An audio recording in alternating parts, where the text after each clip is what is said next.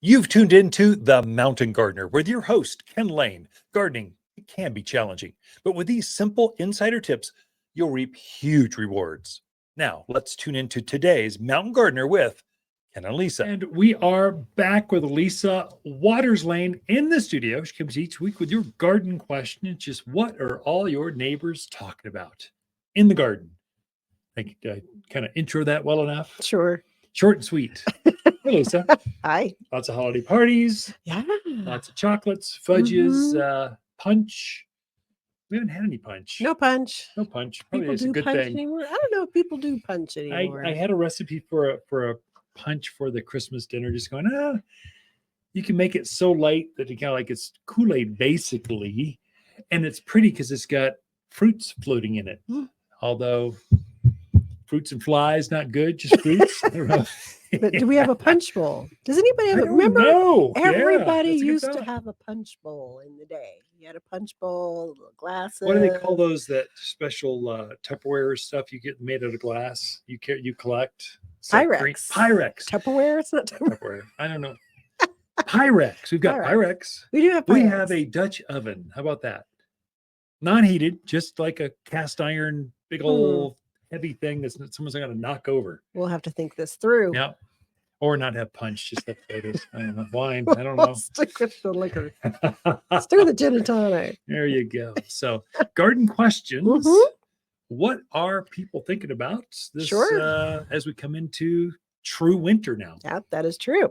So Aaron in Prescott Valley put in 5 emerald arborvitae this spring. He said they've been doing great, doing well, growing, but now he's noticing some bronze coloring on them. He wants to know, basically, is that a normal thing for winter? Or is it something to be concerned about? Yeah, Aaron. So that is completely normal. I preach it like starting in September and October. Gardeners, fertilize your evergreens. Make sure you get them. Put 744 all-purpose food for 2 months straight. I say, do that so that your evergreens won't turn this bronze color in winter, or yellow. Sometimes it turns yellow. Sometimes they can be purple. It depends on the evergreen, but it's not unhealthy. It's pretty standard. I would say, just if you haven't fertilize now with 744. It'll keep it from getting worse, and it will green up faster starting usually February, March. Start to green right back up, and then it's right back out of it. So evergreens typically are not evergreen. There's this cycle of different colors through the season. Of course, they're in spring. It's Kelly green, bright, vibrant, soft, new growth. Then it goes into more traditional forest green. That's be more of a, I guess, I'm just a man. I only have like one description for green. It's green. So Kelly green, that was a stretch for me. So Emerald green. Emerald green. There you go. Emerald green. There you go. And then it has this yellow kind of hue. Junipers can do the same thing, kind of more of a blue, the new growth, and green, and then purple. Cotoneaster, same thing. It's got a broadleaf evergreen, so it's got kind of very dark blue-green foliage now. It'll have a purple hue to it as we get into winter, and then it has this bright green coming in spring. So it's not unusual to see your plants, if you're not used to 4-season climates, to see your evergreens ebb and flow like that. Of course, deciduous plants, they're easy. They don't ebb and flow. They lose their leaves. It's obviously a different season. They don't just change color. They get vaporized. And then they come out with brand new either foliage or flowers. A lot of your spring blooming plants are deciduous because they need this rest to be able to generate enough energy to have that flush of growth. A few evergreens will bloom and have new growth, like rhododendrons, hollies, magnolias.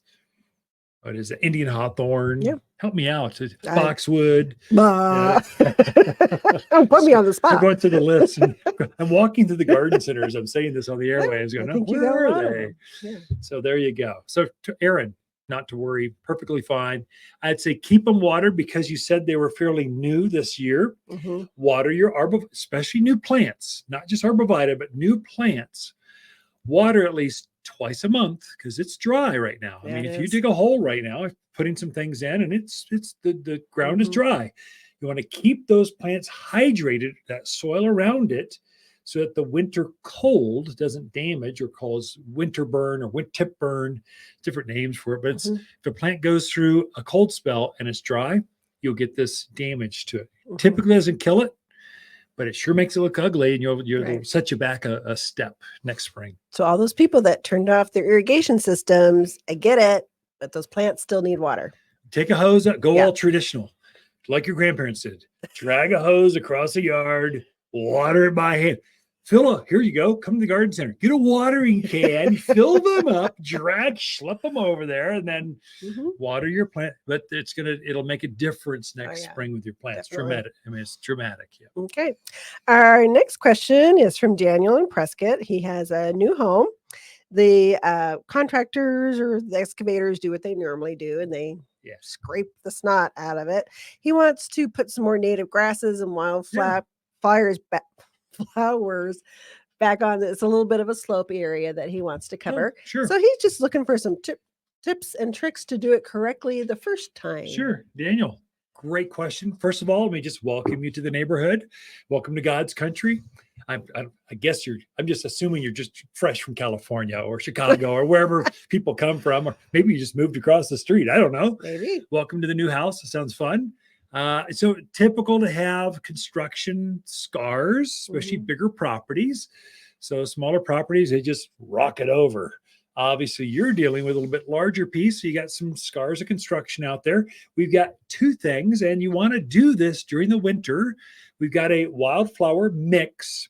And for you specifically, because you said you want to have wild grasses and wild flowers, I'm assuming you want them more native-y.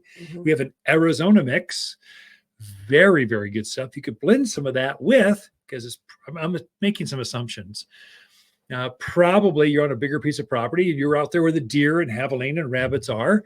We have a deer and rabbit resistive list, and you can blend those two flower mixes together. You want to put that on anytime between now and January, be your kind of your peak window for putting wildflower seed down. We also have, this is very interesting, we have a wild grass mix. So we made a grass mix just for people like Daniel. So it's as you're driving down the road and you see wild grasses off to the side of the road, it's that grass. It's wheatgrass and grama grass and blue fescues. We've taken all those, blended it so that you could revegetate that and be very native. It'd be perfect for that slope. So that you're going to want to do probably at the same time. I would say blend. I would say get a bag, shake and bake this thing. Put your wild grasses, put your wildflowers, mix them all together, spread them as evenly as you can out there by the end of January. Put a little layer of Waters premium mulch. We screen that compost down real tight. Keep the birds off, help you revegetate, help you get germination better, and you'll have a beautiful patch of. You won't see those tractor tires. It won't be bald. It won't have a bunch of weeds and tumbleweed or horehound. It'll be beautiful flowers. So how often would he need to water that? If you're really going to do it, here's how we've done it in the past.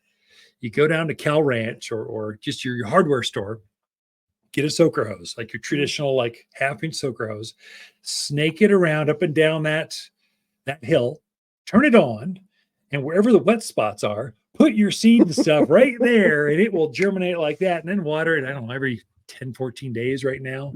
Maybe when you start to see seedlings coming up once a week or so, keep it evenly moist, but not soggy kind of thing. These are wild seed.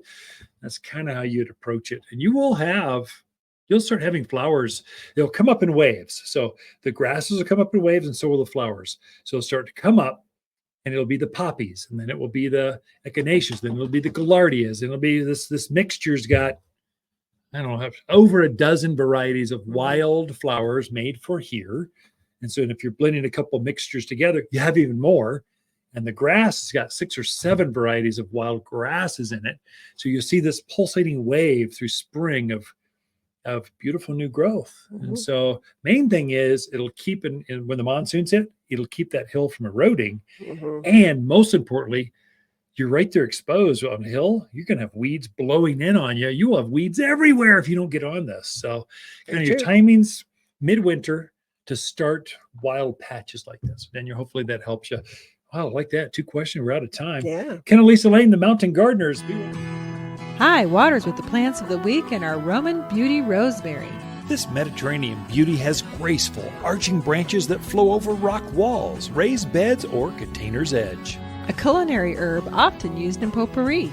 Rugged, deer-resistive, evergreen likes crummy soil, drought, and abuse. Now that's my kind of shrub. Waters Garden Center, 1815 Iron Springs Road in Prescott, where people who love unusual, healthy herbs, they love to shop.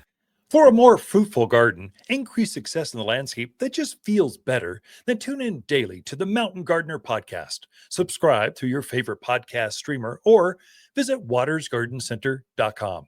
Better yet, visit me directly right here at Waters Garden Center. Thanks for tuning in.